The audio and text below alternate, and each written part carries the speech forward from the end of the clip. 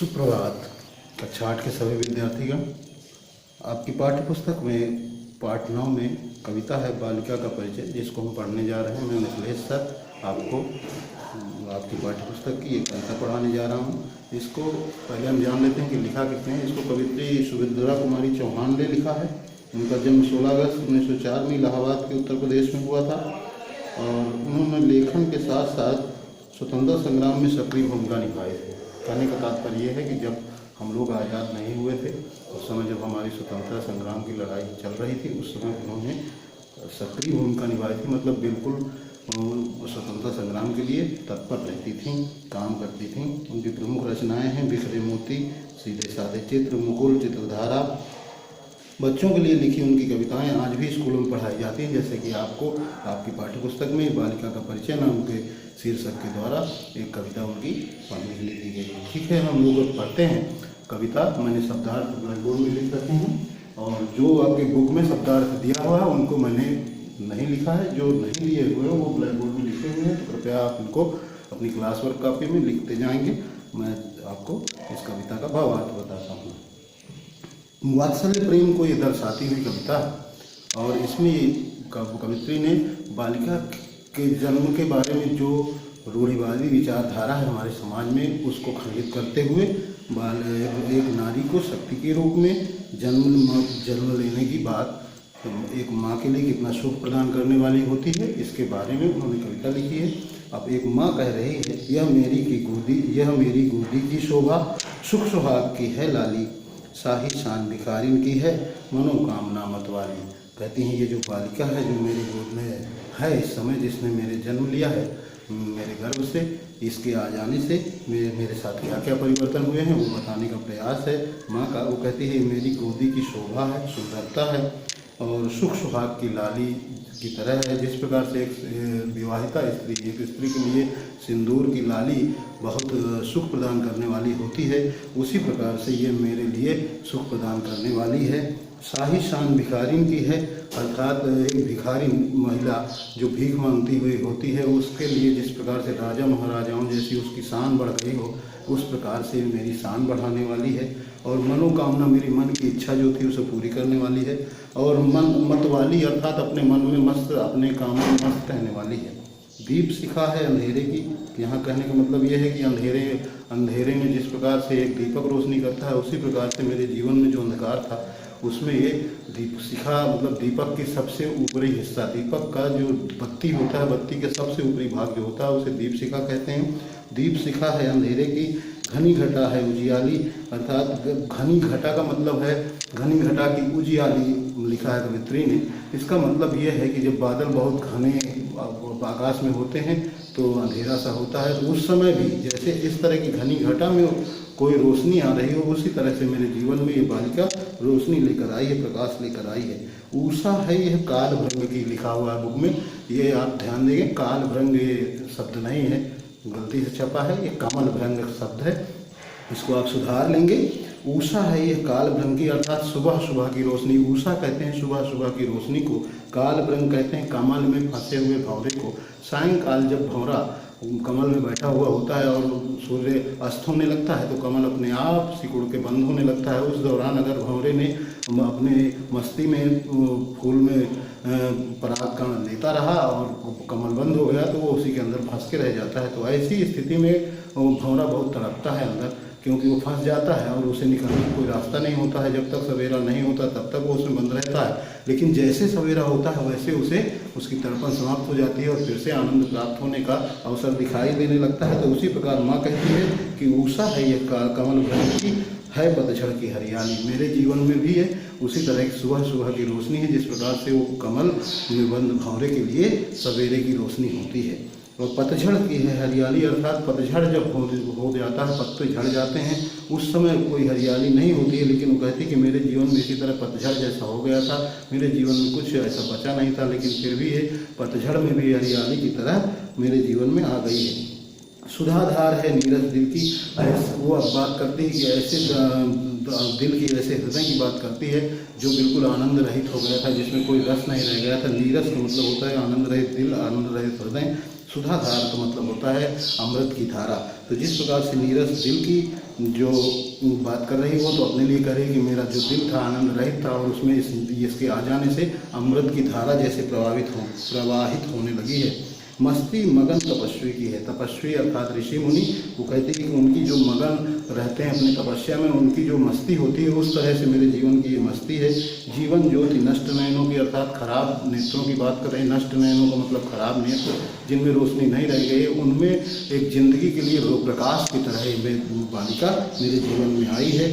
सच्ची लगन मनस्वी की। मनस्वी कहते हैं जो ऐसा व्यक्ति होता है जिसकी बुद्धि बहुत प्रखर होती है, बुद्धिमान होता है। ऐसी प्रखर बुद्धि का व्यक्ति सदैव अपनी किसी काम में सच्ची लगन लगाता है। तो सच्ची लगन मनस्वी की अर्थात मेरे जीवन में ये बुद्धिमान व्यक्ति मुझे बनाने जैसे के लिए आई है और मेरा मन अब किसी भी काम में लगन से मैं वो काम कर पाती हूँ।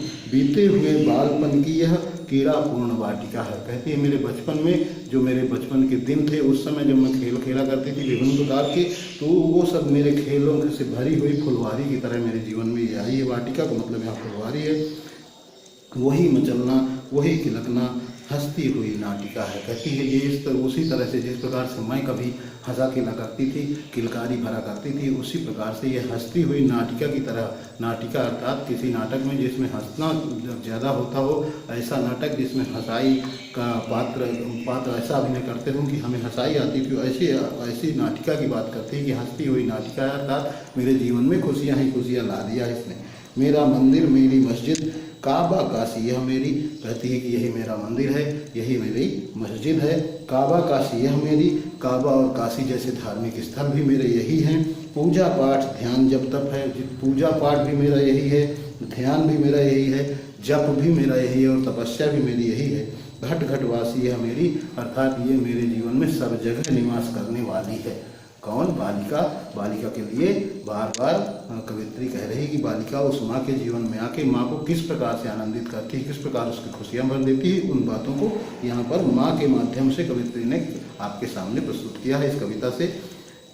आगे की पंक्तियों में कहते हैं कृष्णचंद्र की कीड़ाओं को। कृष्णचंद्र भगवान श्री कृष्ण के बारे में कहा गया है। कृष्णचंद्र की कीड़ाओं अर्थात उन्होंने बाल लीलाएँ जो की हैं, बचपन में जो उन्होंने खेल खेले हैं, अपने आंगन में देखो। कहते हैं कि ऐसी जो कीड़ाएँ जो बचपन में श्री कृष्ण खेला करते थे, जो किया करते थे अपने घर में, वो मैं अपने आंगन में देखती हूँ, अपने आंगन में देख रही हूँ। वो बालिका अब थोड़ा सा ऐसी हो गई है कि वो खेलती है, इधर उधर घूमती है। तो बचपन की जो कृष्ण की क्रीड़ाएँ हम जानते हैं, पढ़े हैं और सुनते हैं, उन तो उस तरह की खेल की सारी वो जो क्रियाएं हैं वो करती हुई मुझे वो बालिका नजर आती है।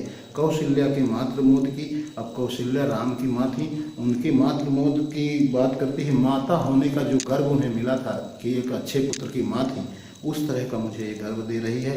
अपने ही मन में देखो अर्थात कहने का मतलब यह है कि माँ कहती है कि मैं अपने मन में वो सब चीज़ें देख रही हूँ। प्रभु ईसा की क्षमाशीलता। प्रभु ईसा मसीह के लिए कहा गया है। ईसा मसीह में एक बहुत बड़ा गुण था, वो बहुत क्षमाशील महात्मा थे और उन्होंने एक धर्म चलाया था जिसको आप जान रहे हैं, ईसाई धर्म था। नबी मोहम्मद का विश्वास। नबी मोहम्मद इस्लाम धर्म के संस्थापक थे और इस्लाम धर्म को उन्होंने चलाया था। उनके अंदर एक विश्वास वाला गुण बहुत अच्छा था। जीव दया जिनवर गौतम की। जिनवर यहाँ भगवान महावीर के लिए प्रयोग हुआ जिन्होंने जैन धर्म चलाया था, और गौतम की मतलब गौतम बुद्ध के लिए कहा जिन्होंने बौद्ध धर्म चलाया था। बौद्ध धर्म और जैन धर्म के संस्थापक यानी महावीर और गौतम बुद्ध के अंदर एक गुण था, वो था जीवों पर दया करने का गुण। और उस गुण को, वो शिक्षा उन्होंने सबको बांटी, जिसकी वजह से उनके अलग अलग नाम से अलग अलग धर्मों को लोगों ने अनुसरण किया। आओ देखो इनके पास। कहती है कब माँ कि ये सारे गुण मेरी बालिका के अंदर दिखते हुए हैं। कौन कौन से?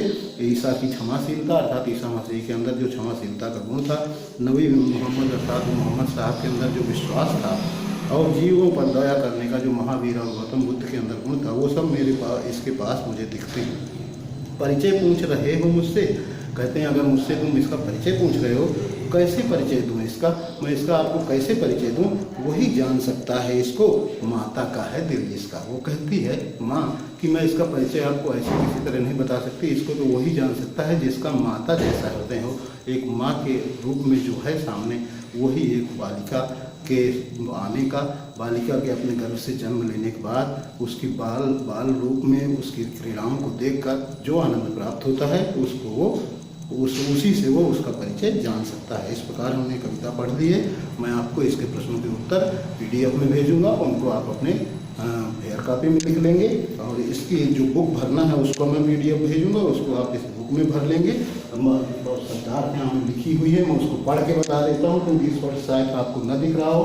शोभा का मतलब होता है सुंदरता, सुहाग का मतलब होता है एक विवाहिता स्त्री के मान का सिंदूर, मनोकामना का मतलब होता है मन की इच्छा, मतवाली का मतलब होता है अपने में मस्त, दीप शिखा का मतलब होता है दीपक की बत्ती का ऊपरी भाग, उजियाली का मतलब होता है रोशनी या प्रकाश, कमल भ्रम का मतलब होता है कमल में बंद भंवरा, नीरस दिल का मतलब होता है आनंद रहित हृदय, जीवन ज्योति का मतलब होता है जिंदगी का प्रकाश, घट घट वासी का मतलब होता है हर जगह रहने वाली, नबी मोहम्मद कौन थे? मुस्लिम धर्म के संस्थापक, प्रभु ईसा ईसाई धर्म के संस्थापक, गौतम बुद्ध और महावीर ये अलग अलग, महावीर जैन धर्म के संस्थापक थे और गौतम बुद्ध बौद्ध धर्म के संस्थापक थे। इस प्रकार से आप फिर से ये आपके सामने शब्दार्थ दोहरा देता हूँ क्योंकि शब्दार्थ आपको शायद स्पष्ट नजर ना आ रहा हो वीडियो में, जो आप सुनकर उन्हें लिखते जाएं।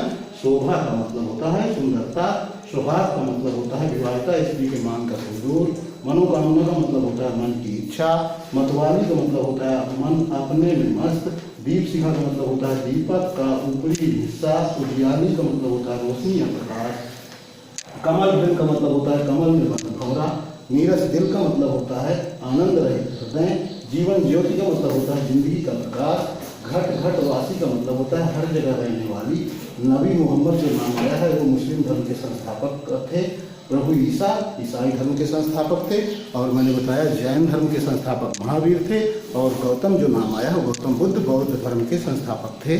धन्यवाद। आप इस वीडियो को देखकर इस कविता को समझें।